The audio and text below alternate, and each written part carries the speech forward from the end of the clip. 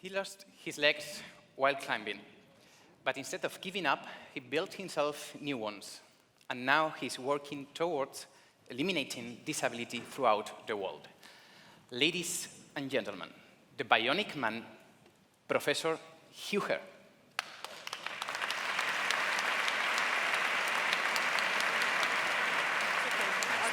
Welcome.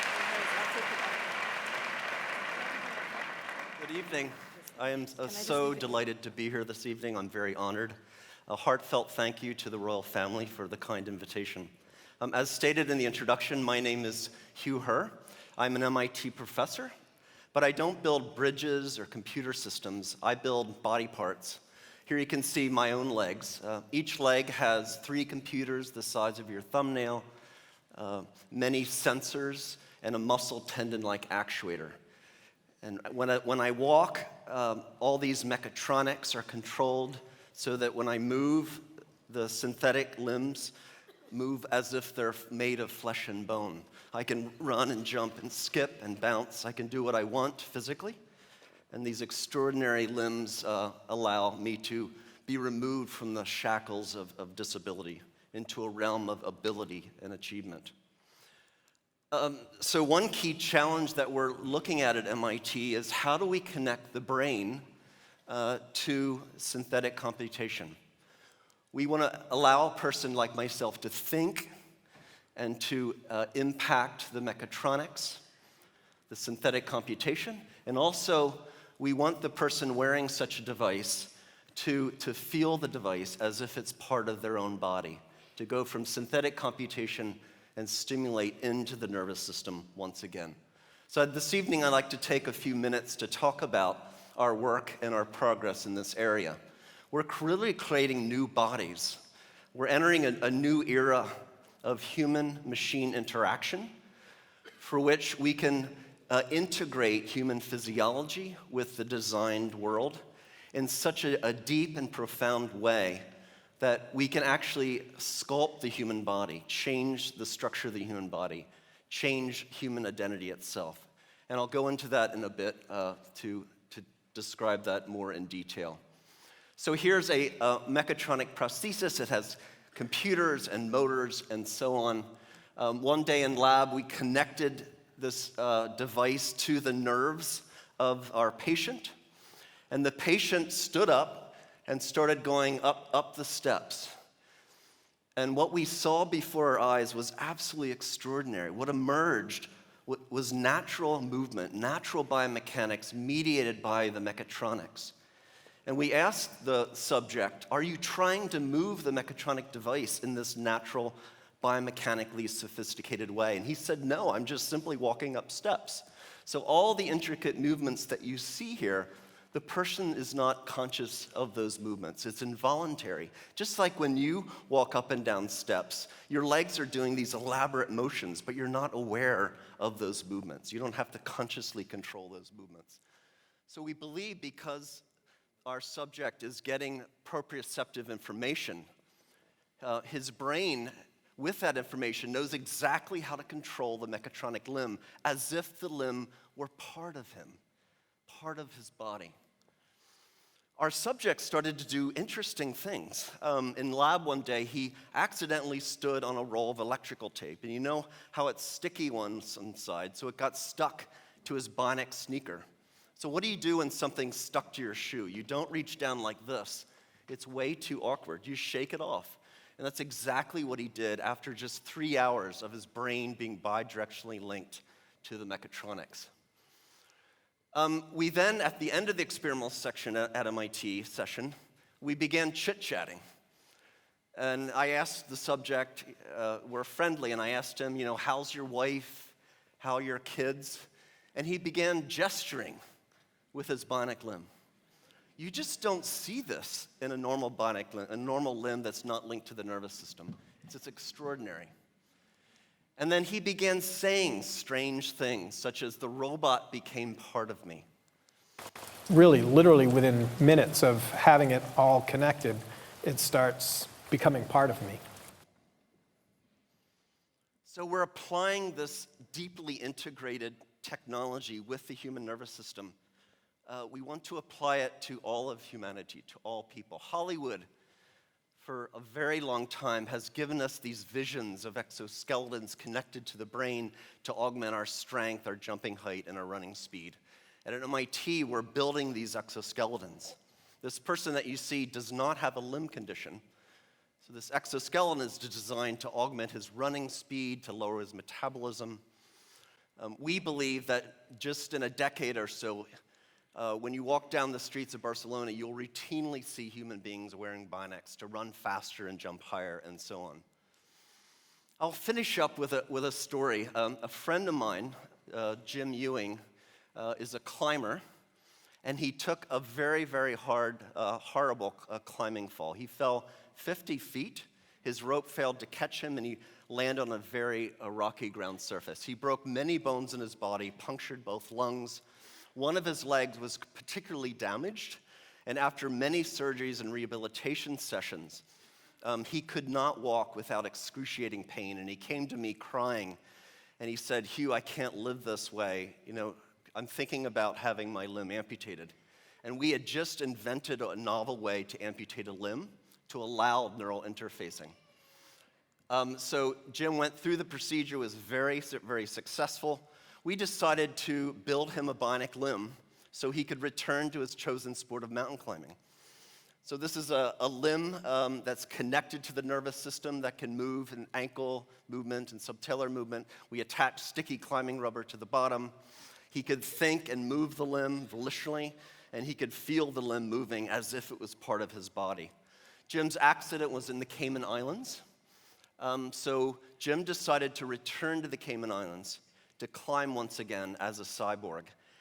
We came with him, of course, to capture this triumphant event and to film it, and that's what I'd like to share with you now.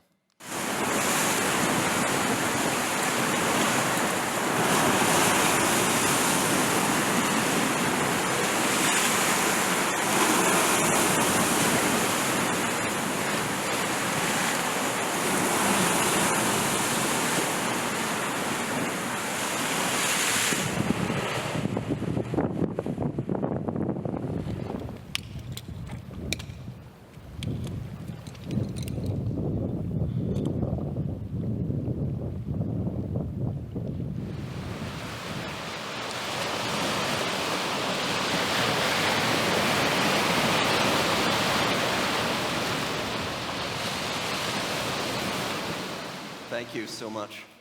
Thank you. Thank you. Thank you.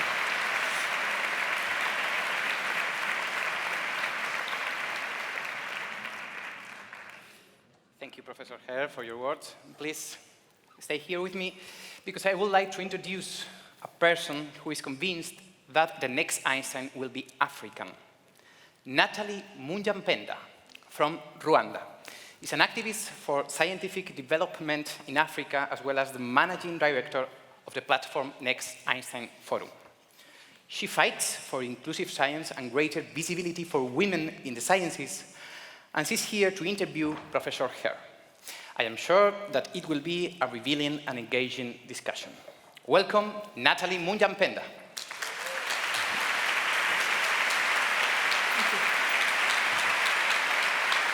Thank you, everyone. I think let's get right to it. And we're going to try and speak slow so people can understand us. Our Spanish is not very good. That's indeed the case. So you're going to have to be patient while we speak English. So we heard about some of the science behind the work you're doing, but the science came about because of a circumstance in your personal life. Can you tell us a little bit more about what happened with your accident? I started mountain climbing at age 7, and by the time I was 11, 12 years old, I was considered a child prodigy. I was climbing walls that no one had ever climbed before. But when I was 17, I was in a mountain climbing accident in the northeast of the US and suffered severe frostbite, as did my climbing partner. And after months of effort, the medical team gave up the struggle to save my biological limbs, and both were amputated just below the knee. So that's how I ended up with synthetic limbs. And so you told me in the rescue effort, someone also was killed Yes. while rescuing you. Yeah, so we were out almost 4 days, and during that time there was a research, a rescue effort, and a gentleman named Albert Dow climbed up, and then when he was descending, he was struck by an avalanche and was killed. Okay. Which is deeply, deeply traumatizing to me when I heard the news. Yeah. You told me yesterday that you were not a great student. And so someone can think of you as a professor. You've done this amazing, you've created amazing technology, and yet you weren't a great student. You weren't not planning on going into engineering. So talk to me about that process. Yeah, I'm a very focused person. I have a goal, and nothing else exists beyond the goal. So my goal when I was in my tweens and early teens was to become the best climber in the world. So that was not consistent with doing well in school. So I actually graduated from high school, and if you were to ask me what is 10% of 100, I wouldn't be able to answer the question. That it's in fact 10, because I had no idea what a percent was. But then my accident happened. I was fitted with artificial limbs. They were terrible back then. They didn't have any sensors or muscle-tin-like actuators or computers. They were basically passive, inert devices that were also very painful. So when I was fitted with those devices, I would say, "Are you kidding me? This is what we have in society?" And it was at that point that I really dedicated my life to really solving these issues of prosthetics and human-machine interaction. And so obviously when you created the first prototype, it was not the prototype we see here. And so oftentimes when you're creating technology, there's a lot of failure that happens. And so how do you overcome failure, not just failure at the technology level, but even at the production level? How do you overcome failure to come up with something that is useful for society? Yeah, it's funny. So I don't, as you can imagine, when we're developing something like this, we built the first prototype in 2002. We fit the person in 2011. Today, there's been about 3,000 people that have been fitted. Half have been wounded soldiers. So as you can imagine, there was $60 million spent and many prototypes. The early prototypes broke and they failed left and right. I really don't, when a prototype doesn't behave or when we do an experiment, I'm surprised by the result. I don't view that as a failure at all. You know, my mission is to solve a problem, and my view is when something doesn't work the way you expected, you're that much closer to deeply understanding and to getting to that ultimate solution. So to me, it's not about success and failure, it's about exploration.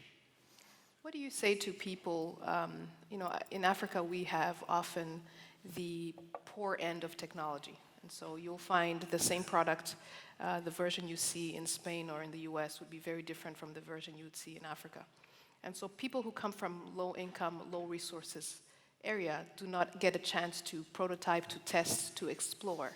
And so how do we make sure that the creation of technology is more equitable in our society? Yeah, it is just, to me and to you and to all of us, it is just unacceptable that because I was born in a wealthy nation, the United States, I'm able to use fantastic technology. We need to make great technology, great medical care available globally, independent of where a child is born, a person is born. An interesting approach is to think about a geographically distributed fabrication, where local communities are able to design and build, fabricate their own medical devices, their own farm equipment, their own devices and technologies. Then you have very little distribution, very little marketing, and you're using local labor. And the local culture can imply their own ideas, design ideas into the devices. So that highly local approach, I think, is the right one, and will get us there. My colleague Neil Gershenfeld at MIT has advanced what he calls fab labs. They're sophisticated fabrication facilities. And he's putting fab labs into poor areas of the world. using largely philanthropic dollars. And then the locals are able to use those technologies to build technology for the local community. And we're going a step further. We want to build a fab lab on wheels, a vehicle where we can drive. If there's a road to a remote village, we can get there, and the vehicle will have imaging tools, 3D printing, computation, everything we need to build prosthetic limbs, exoskeletons, crutches, canes, many orthopedic type devices. So that's the step we want to take in the near future. So let's talk about the distrust of science, because in Africa we've seen the incredible impact of technology. So I'm here in Spain, but when I'm back home, I can pay all my bills using USSD on my phone. And so most people are very happy to use technology. But on this side of the world, in Europe and in other parts of the world, people distrust science. I saw the statement where you said that the technology becomes your body. And that statement, I'm not sure if you realize, is terrifying. Right. When you tell someone you're going to wear a computer. So how do we make sure that people trust science? And on the flip side, how do we make sure that we're building trust in scientists in a time where there's polarized politics, we have a crisis of leadership? How do we make sure that science is actually solution-oriented? Yeah, I think people trust science. For many, many reasons. One is scientists have been describing the issue of global warming for decades now, and things are unfolding as they stated that it would. The technology, there's a lot of distrust around technology. So to me, it's a design issue. We need to develop technology that reflects our humanity, that reflects what we hold dearly, our values, our collective values as a society. And we need to develop technology that not only reflects our values, but is good for us. In that model, you would never invent the television, because the television turns our minds off and makes us sedentary, and which all those things are unhealthy. So why is there a distrust of technology? Because technology is being used in part more and more to manipulate. We see manipulations of what were to be free elections. We're getting a lot of information that turns out is not factual. So unfortunately, technology in some sectors is being used in inappropriate ways. And we need, as citizens, we need to be alert to this.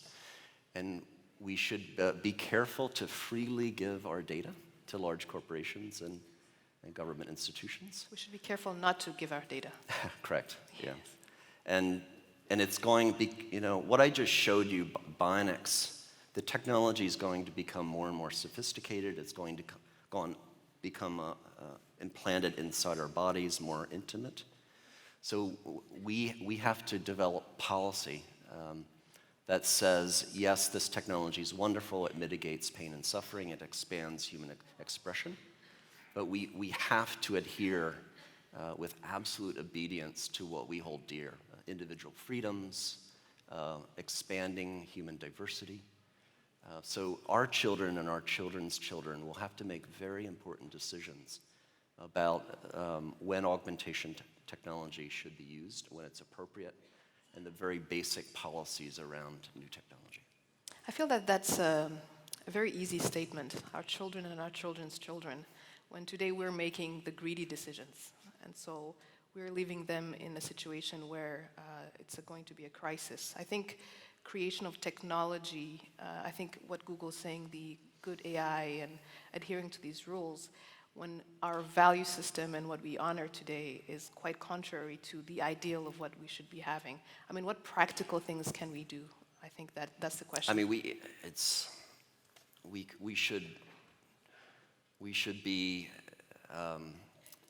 developing, educating young people in areas of government, in areas of policy, in areas of ethics, and begin thinking about what's coming very, very carefully. And not only what's coming, what's here now, and what is the best way in terms of a policy structure to deal with such inappropriate uses of technology. I think the last question I have for you is, if you think about the impact or the legacy you want to have, you've created something that's incredible, and the research you're doing will help many people who would have never been able to walk again. Yesterday we were discussing, and you were saying that you're wearing glasses, but nobody calls you disabled, and the kind of research you're doing is going to help people not to be considered disabled. What is the legacy you want to leave, not just the future generations, but in terms of your research? Yeah, no, after my accident, my first goal as a blossoming designer was to design limbs that will enable me to return to the vertical world of rock and ice climbing. I did that, and to my surprise and everyone's surprise, it was successful. And I actually climbed better with artificial limbs than I had ever achieved before the accident with biological limbs. This was incredibly inspiring because I went from society telling me that I was broken, that my life was over, that I was a crippled.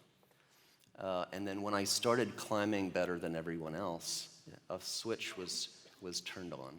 And suddenly I was powerful. I was even an athletic threat to my competitors. Some of my competitors even threatened to cut their own legs off to compete. And I realized then that, hey, you know what? Humans are never broken. A human being can never be broken and disabled and crippled. It's the technology that's broken and disabled. We need to focus on advancing very, very good technological design that reflects who we are. From the intimacy of connecting nerves to motors, to higher level principles of expanding human expression, expanding human freedoms, and human diversity. So my goal is really, can I inspire society to move in that direction? And can I really set the scientific and technological foundation for what will become a collapse of human disability? I believe in this century, disability will be no more. How do you make sure, you were talking about when you had an accident yesterday, you were telling me that your family has an environment of creativity, of getting to a goal and finishing the goal. But oftentimes, if you come from a life where you are thinking about your next meal, what I call the life of not being a white man, so everybody else, where you have so many layers of challenges, how do you make sure that young people, no matter their background, are able to come up with solutions, are able to have that experience where they can build something? I mean, first and foremost, we need to give young people privilege. If a young person's merely trying to survive, and there's no time for thought and for play and for exploration, I mean, that's first and foremost. We have to give that gift to young children. Beyond that, we need to tell children that it's okay to explore. It's okay to take risk. It's not about success or failure. It's about exploration. And most certainly, we should tell them to pursue what they care about, what they deeply care about, what they're passionate about, because that is the energy, that is the fuel that drives positive change in the world. On that note, thank you so much for your time. Thank you. Thank you to His Majesty, the King and Queen, and everybody listening to us. I think we'll have some more time afterwards to talk to you personally. Thank you. Thank you for your time. Thank you.